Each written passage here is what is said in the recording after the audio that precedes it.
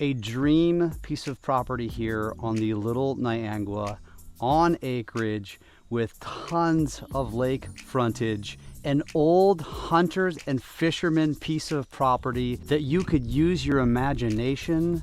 With imagination, I can be anything I want. To build and create the Lake of the Ozarks place of your dreams. Let's go talk to Annie and get all the details.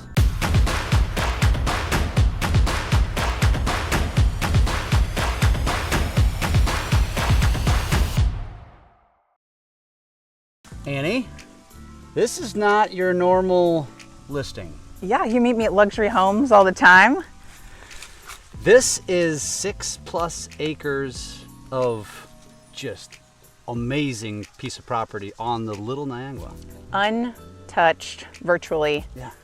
Lakefront property. We've got 1,150 feet of shoreline, and like you said, just under 7 acres, almost. I mean, almost 7 acres of property here. So where are we? We are Camdenton. So the 5 and 7 junction in Greenview, we're 4 miles from that section. Yeah. So paved roads all the way here.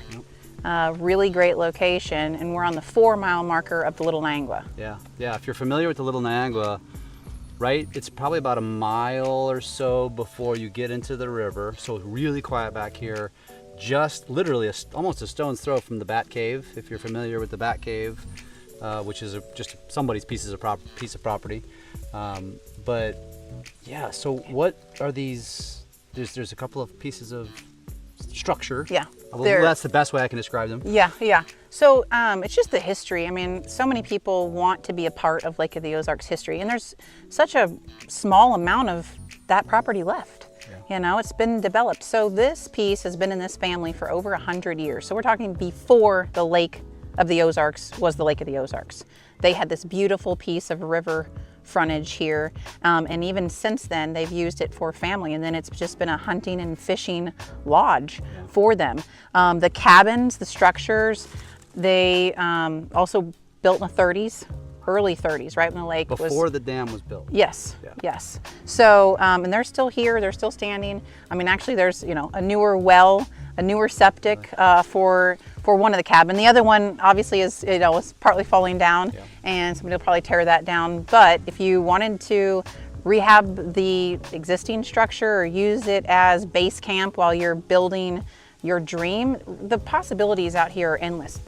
With this amount of shoreline, the views, you've got amazing sunsets, different times of the year. So it's really like multiple homes, a private estate. We've got all kinds of things to do here. And real quick, before we show them more of the property, like the history, you mentioned the hunting and fishing. So they acquired this, they actually acquired the land before the lake was here. So when Ameren decided to flood the river, they came to this group and a lot of other groups and said, here, we'll give you this piece of property. It was hunting and fishing, and it's people from Sedalia is what I read. Yeah, and they actually had this entire peninsula, this Fowler's Point, at that time and for many, many years. It still's called that, really. It still's called that, yeah. And so be sure to check Lake Expo article. It's going to give you a lot of history, a lot more detail directly from the sellers on this property. But yeah, it's really cool. Yeah, this is really awesome. So we are going to take you, this is the entrance to the property here. There's literally an entrance with a gate. As Annie mentioned, paved roads. When they originally took over this land, I mean, I remember reading about it. There was no paved roads. They had to get a carriage with horses to bring them down in here. Yeah, to bring them to the hunting lodge. This is some history. This is really cool. Yeah. So we're at the entrance. We're going to take you to the view. We're going to take you to the cabin that is habitable. Yeah. It is habitable. You can tell people have been there just this past summer. And then we're going to take you to another spot, which is, we'll just leave it at that because there's kind of a cool opportunity with this other spot. Yep. Right. My visions have been going crazy here of all the potential. So look forward to other people having the same thing. I'm loving to hear what everybody's wanting to do with the property. Absolutely. Let's go check it out. Okay. So if this view does not speak for itself, I don't think anything will. Remind us how much shoreline, where we are, and what all is here, what can be done. Okay, 4 mile marker of the Little Niangua. So you're far enough away from crazy boat action that you can really get out and enjoy water sports as they're meant to be at Lake of the Ozarks. You don't need to have a gigantic boat to get around. You can enjoy what Lake of the Ozarks has to offer, but you know, you're still not far. If you want to hit the 4 corners, called it the 31 mile marker. I mean, you can jump up to the mouth of the Big Niangua pretty quickly. Yeah. And which still. Which gives you, you know, if you're not familiar with the Big Niangua, you got Pebble Bay. If you go that way, you got Naughty Fish, you got Cave. Yep. Larry's. Larry's. Up in the mouth, yeah. So there's still a lot around you. Yeah. But I mean, we're like a teeny tiny, I mean, what are we spanning here? How many feet, you know? I mean, yeah. Well, with the pan about out a bit, but this 50? is a fraction of what, yeah. Yeah, about 50 feet. So we have an additional 1,100 feet past that.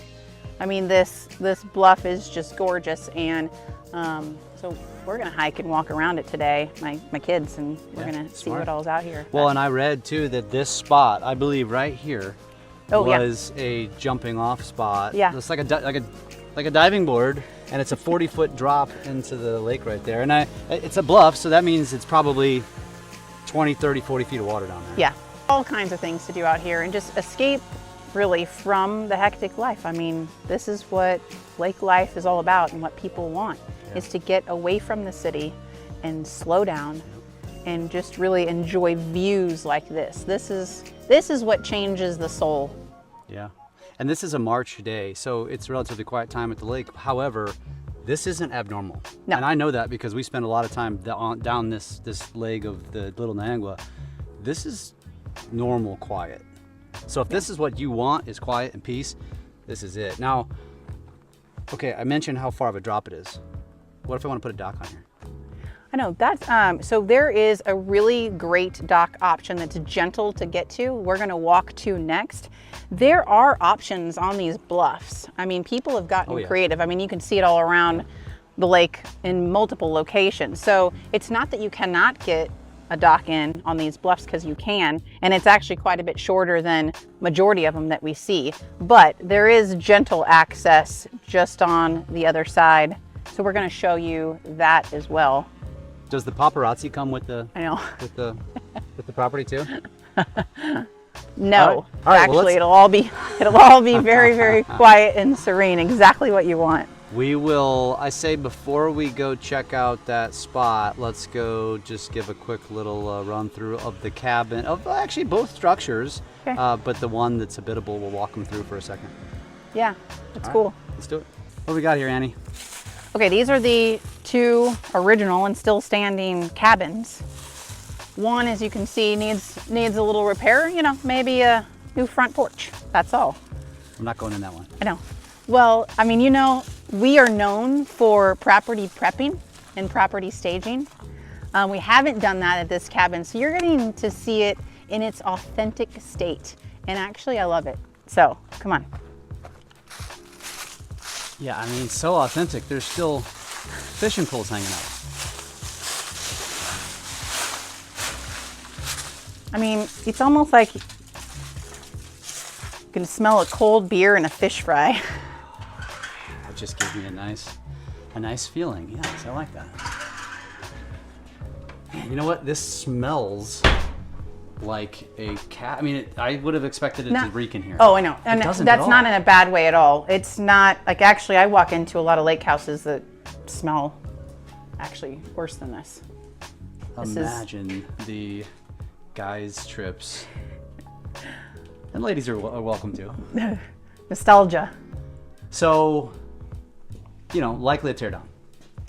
Likely a teardown, but it's the perfect spot for base camp.